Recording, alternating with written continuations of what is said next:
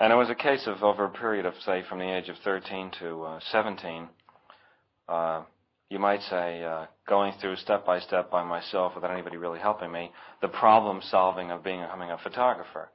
And I found that, I think in looking back, that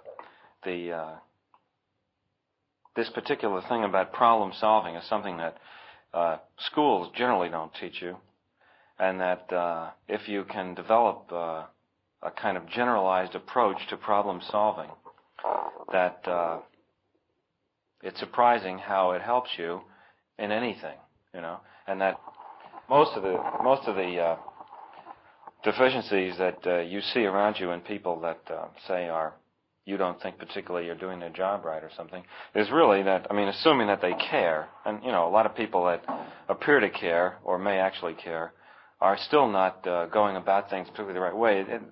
When you think about it, I generally find that it's just that they don't have a good generalized approach to problem solving. They're not thorough. They don't consider all the possibilities. They don't prepare themselves with the right information and so forth. So I think that photography, though it seemed like a hobby, and ultimately led to a professional job in photography, might have been more valuable than